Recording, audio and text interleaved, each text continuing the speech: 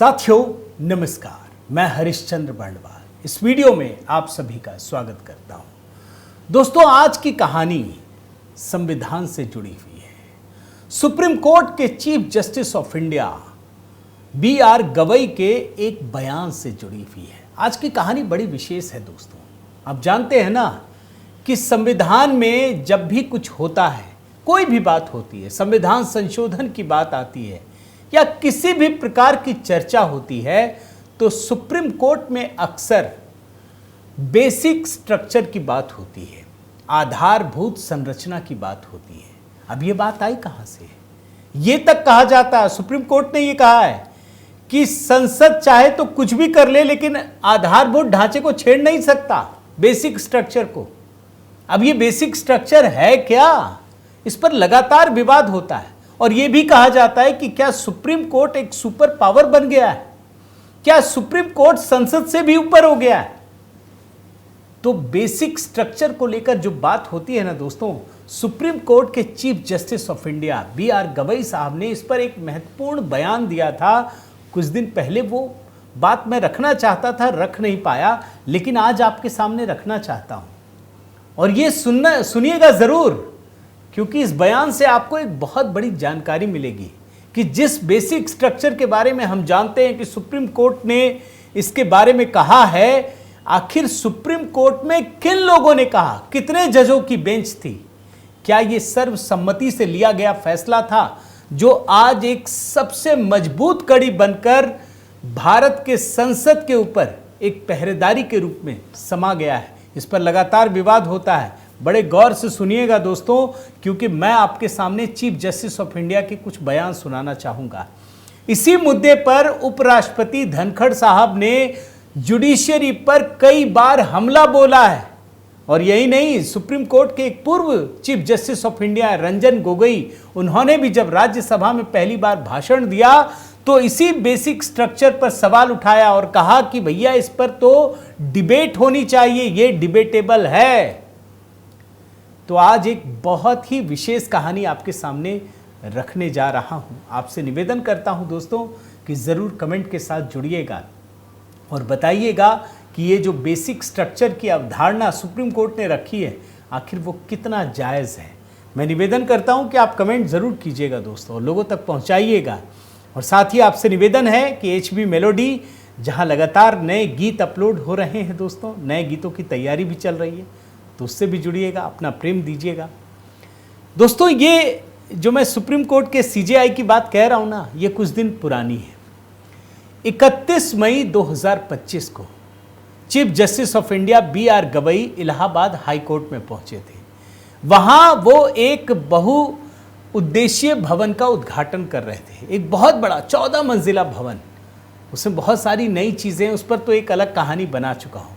उस दौरान जो उन्होंने भाषण दिया था, मैं इस पर भी वीडियो बना चुका हूं कि योगी आदित्यनाथ को लेकर उन्होंने क्या कुछ कहा था।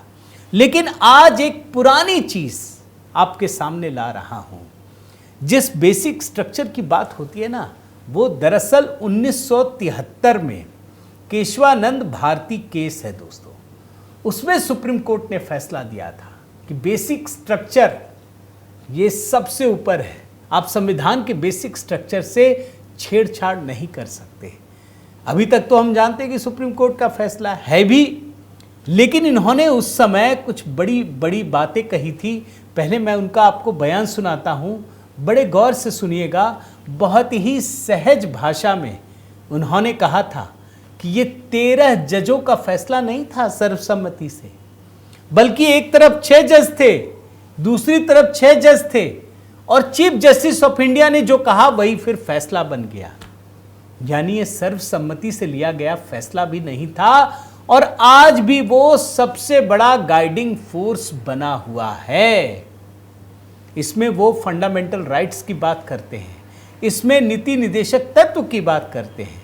एक बार ध्यान से पूरा बयान सुनिए दोस्तों, थोड़ा बड़ा है लेकिन पूरा सुनिएगा आप। के पहले सुप्रीम कोर्ट का जो व्यू था वो ये था कि फंडामेंटल राइट जब कभी हमारे मौलिक अधिकार है, फंडामेंटल राइट और डायरेक्टिव प्रिंसिपल्स है, मार्गदर्शक दिशाएं, उनमें जब भी कॉन्फ्लिक्ट आएगा तो fundamental rights will prevail over the directive principle and the directive principles will have to give away to the fundamental rights. और हम देखते हैं कि 1973 में जब केशवानंद भारती का 13 जजेस का जजमेंट आया, तो बेसिकली जाना जाता है कि basic structure doctrine, amending powers of the constitution, 6 जजेस ने व्यू लिया कि amending powers of the parliament to amend the constitution are unlimited. दूसरे 6 जजेस ने व्यू लिया कि the amending powers of the constitution are limited and restricted. परंतु जो 13वें जज थे, जस्टिस HR खन्ना, उन्होंने व्यू लिया कि parliament has a power to amend the constitution, and for that it can also amend the fundamental rights, but it does not have power to amend the basic structure of the constitution। तो हम देखते हैं कि amending powers of the parliament के ऊपर 6 जज एक बाजू में, 6 जज दूसरे बाजू में, और जो इन जस्टिस खन्ना का व्यू था उसे हम आज बेसिक स्ट्रक्चर डॉक्ट्राइन को 13 जजेस का व्यू मानते हैं। और उस जजमेंट एक अन्य कारण के लिए भी महत्वपूर्ण है, जो उसके पहले जो कॉन्फ्लिक्ट था डायरेक्ट प्रिंसिपल्स और फंडामेंटल राइट्स, उसको विराम दिया गया और 13 जजेस ने व्यू लिया कि direct principles and fundamental rights together only are the soul of the constitution। They are like two wheels of the golden chariot of the constitution। You span one wheel, the efficacy of the other wheel comes to a standstill and the entire chariot comes to a standstill। दोनों समान है, दोनों एक जो सुवर्ण रथ है भारतीय संविधान का, उसके दो पहियों के जैसे है। एक को आप रुकाओ तो पूरा जो रथ है वो पूरा रुक जाएगा। और इस 73 के बाद में हमारी वो जजमेंट को 2 साल पहले 50 साल पूरे हो गए। आज भी इस देश के संविधान का जो जर्नी हुआ उसके सबसे बड़ा माइलस्टोन आज हम केशवानंद भारती को मानते हैं। अब ये थोड़ा बयान आपको बड़ा मैंने सुनाया दोस्तों, लेकिन इसके महत्वपूर्ण बातों को समझिए। ये कह रहे हैं कि 73 के पहले, मतलब केशवानंद भारती केस में जो फैसला लिया गया उसके पहले, जब भी मौलिक अधिकार और नीति निदेशक तत्व यानी फंडामेंटल राइट्स और directive principles of state policy दोनों में टकराव होता था, तो यह माना जाता था कि मौलिक अधिकार उस पर हावी होगा। ये कह रहे हैं वो कि fundamental rights will prevail over the directive principle and the directive principles will have ये कह रहे हैं कि मौलिक अधिकार को ज्यादा मान्यता मिलेगी। लेकिन 1973 के फैसले में जब बेसिक स्ट्रक्चर का डॉक्ट्रिन आया तो ये माना गया कि नहीं भैया, ये मौलिक अधिकार और मौलिक कर्तव्य दोनों एक रथ के दो पहिए हैं, अगर एक कमजोर होगा तो दूसरा कैसे चलेगा। तो एक तो महत्वपूर्ण बात यह है, दूसरा बेसिक स्ट्रक्चर का डॉक्ट्रिन दिया गया। अब बेसिक स्ट्रक्चर के बारे में क्या कह रहे हैं दोस्तों, आप समझ रहे हैं।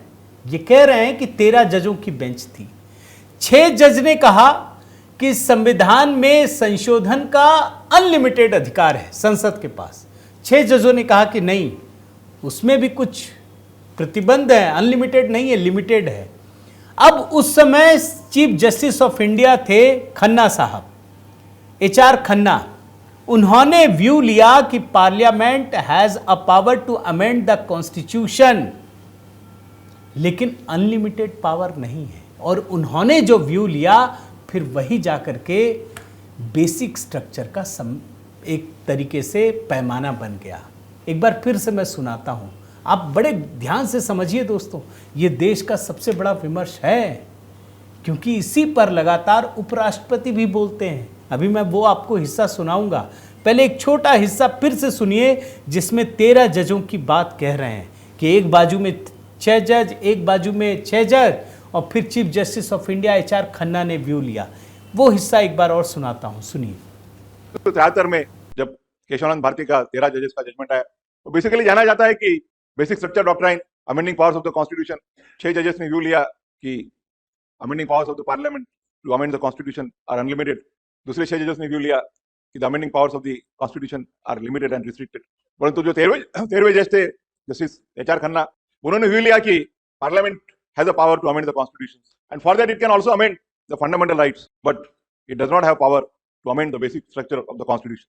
तो हम देखते हैं कि amending powers of the parliament के ऊपर 6 जज एक बाजू में, 6 जज दूसरे बाजू में, और जो इन जस्टिस खन्ना का व्यू था उसे हम आज बेसिक स्ट्रक्चर डॉक्ट्राइन को 13 जजेस का व्यू मानते हैं। देखा आपने दोस्तों, अब ये वीडियो क्यों महत्वपूर्ण है, इस बात को समझिए कि आज संसद में कोई भी कानून पारित होता है, तुरंत लोग सुप्रीम कोर्ट में जाते हैं और ये उम्मीद करते हैं कि सुप्रीम कोर्ट तुरंत रोक लगा दे, और कई बार तो हुआ है कि कानून को ही रोक दिया गया, आप जानते हैं। तो भाई तब सवाल उठता है कि क्या जो संसद कानून बनाएगा क्या उसको सुप्रीम कोर्ट की परिधि से भी हर बार गुजरना पड़ेगा, तभी वो कानून की मान्यता पाएगा।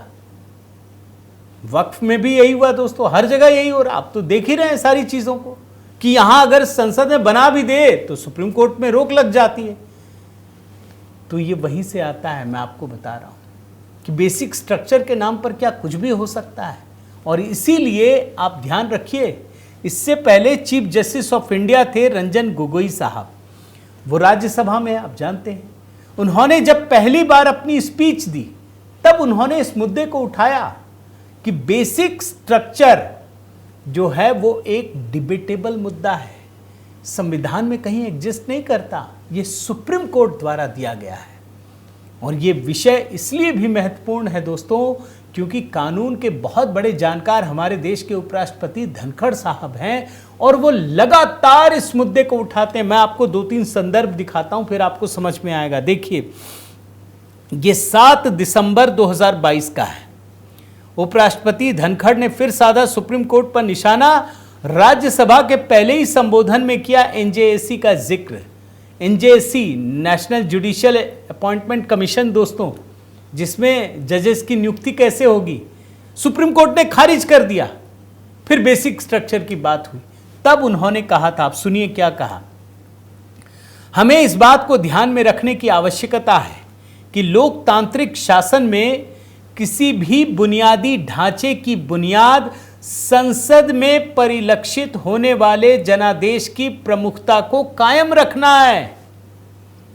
उन्होंने कहा कि यह चिंताजनक बात है कि इस बहुत ही महत्वपूर्ण मुद्दे पर जो लोकतांत्रिक ताने बाने के लिए बहुत महत्वपूर्ण है, संसद का ध्यान केंद्रित नहीं है। ये बेसिक स्ट्रक्चर पर सवाल उठा रहे हैं जो सुप्रीम कोर्ट ने दिया। और सिर्फ इसी समय नहीं दोस्तों, मैं आपको दिखाता हूं जनवरी 2023। देखिए, भारतीय संविधान का बेसिक स्ट्रक्चर क्या है। उपराष्ट्रपति जगदीप धनखड़ की टिप्पणी से हो रही है चर्चा। जानते हैं, उन्होंने तीनों अंगों, विधायिका, कार्यपालिका, न्यायपालिका, इसके बीच जो शक्तियों का विभाजन है उसको लेकर सवाल उठाए और यह कहा कि ये मूल संविधान की मूल संरचना यानी बेसिक स्ट्रक्चर का सिद्धांत ये कहां से आ गया, जो संसद की शक्तियों को भी कम कर देता है। ये दूसरी बार उठाया। तीसरी बार देखिए, ये आप देखिए, 17 अप्रैल 2025 उपराष्ट्रपति ने न्यायपालिका की भूमिका पर उठाए सवाल, राष्ट्रपति को निर्देश देना असंवैधानिक। आपको ध्यान है ना, तमिलनाडु में विधेयकों को लेकर एक जो फैसला दिया गया जिसमें राष्ट्रपति को भी निर्देश दे दिया है सुप्रीम कोर्ट ने, यह कहा कि आपको 3 महीने के अंदर यह करना है। तब जाकर फिर वो बेसिक स्ट्रक्चर सिद्धांत को उठाते हैं और जुडिशियरी पर निशाना साधते हैं। और उपराष्ट्रपति ने क्या कहा, मैं पढ़कर सुनाता हूं दोस्तों। केशवानंद भारती केस में 13 जजों की पीठ थी। फैसला 7:6 से हुआ था। इसे अब हमारी रक्षा का आधार बताया जा रहा है, लेकिन उसी के 2 साल बाद 1975 में आपातकाल लगाया गया, लाखों लोगों को जेल में डाला गया और सुप्रीम कोर्ट ने कहा कि आपातकाल के दौरान मौलिक अधिकार लागू नहीं होंगे। फिर इस सिद्धांत का क्या हुआ? उन्होंने सवाल पूछा कि भाई आपने फैसला किया था ना मौलिक अधिकार और directive state of principle policy, क्या बोलते हैं इसे, directive principles of state policy, इस पर यह सवाल उठाया था ना दोस्तों। तो वो ये कहते हैं कि भाई जब आपने ये कानून बना ही दिया, उसके बाद जब इमरजेंसी हुई तो आपने बेसिक स्ट्रक्चर की रक्षा क्यों नहीं की। मैं आपको बयान सुनाता हूं दोस्तों। ये बयान है दोस्तों 17 अप्रैल 2025 का। एक बार सुनिए क्या कहते हैं बेसिक स्ट्रक्चर को लेकर के। This basic structure Supreme Court ruled you have no fundamental rights during emergency. This is so much for your tribute to basic structure. The impregnability of basic structure was so demolished to pieces by the highest court of the land, reversing judgments of 9 high courts that in one voice held fundamental rights cannot be on holiday during emergency. There has to be access to judiciary. और इतना ही नहीं दोस्तों, उपराष्ट्रपति धनखड़ लगातार इस बात को उठा रहे हैं बेसिक स्ट्रक्चर के। मैं आपको एक और मामला दिखाता हूं। यह रिपोर्ट है 22 अप्रैल 2025 की। सुप्रीम कोर्ट पर फिर भड़के धनखड़, बोले कभी प्रस्तावना को संविधान का हिस्सा बताता है, कभी नहीं। अब देख लीजिए, अब क्यों कहा गया ये भी आप सोचिए कि भाई अगर प्रस्तावना बेसिक स्ट्रक्चर है तो इंदिरा गांधी ने तो प्रस्तावना को ही बदल दिया, यानी कोई भी बदल सकता है, फिर आपका बेसिक स्ट्रक्चर कहां गया? तो इसका मतलब है कि लगातार इसकी आलोचना की जाती है। और इसीलिए दोस्तों उपराष्ट्रपति महोदय ने यहां तक कहा कि हम लोगों ने कभी ऐसी कल्पना भी नहीं की होगी कि जहां जज कानून बनाएंगे। और आप देख रहे हैं ना कि सुप्रीम कोर्ट में बहुत सारे ऐसे फैसले हुए दोस्तों जहां सुप्रीम कोर्ट के आदेश से कानून बन गया, संसद ने कुछ नहीं किया। जैसे आप तमिलनाडु का ही मामला ले लीजिए, विधेयकों को लेकर जो सुनवाई हुई उसमें क्या हुआ? उसमें दोस्तों सीधे सीधे सुप्रीम कोर्ट ने जो आदेश दिया वही कानून बन गया, संसद ने नहीं बनाया। और ये सब कुछ बेसिक स्ट्रक्चर के कॉन्सेप्ट से हो रहा है दोस्तों, डॉक्ट्रिन से हो रहा है। और इसी पर इस समय chief justice of India BR Gavai ने ये स्टेटमेंट दिया है। और इसीलिए मैंने ये बात सुनाई है कि क्या कहीं उनके मन में भी ये बात है कि इसकी दोबारा से रिव्यू करने की ज़रूरत है? मुझे ऐसा लगता है, बाकी आप खुद बताइए दोस्तों कि क्या वास्तव में ये जो संविधान का बेसिक स्ट्रक्चर, इसका जो डॉक्ट्रिन दिया गया, उसमें आप उपराष्ट्रपति की बात से सहमत हैं या नहीं हैं? CJI गवई साहब ने जो कहने की कोशिश की उसे आप किस तरीके से लेते हैं ये भी बताइएगा। उम्मीद करता हूँ एक गंभीर विषय पर जो वीडियो बनाया है वो आपको अच्छा लगा होगा। अपने कमेंट कीजिएगा और दोस्तों अगर चैनल सब्सक्राइब नहीं किया है तो ज़रूर कीजिएगा। बहुत बहुत धन्यवाद। जय सिया राम।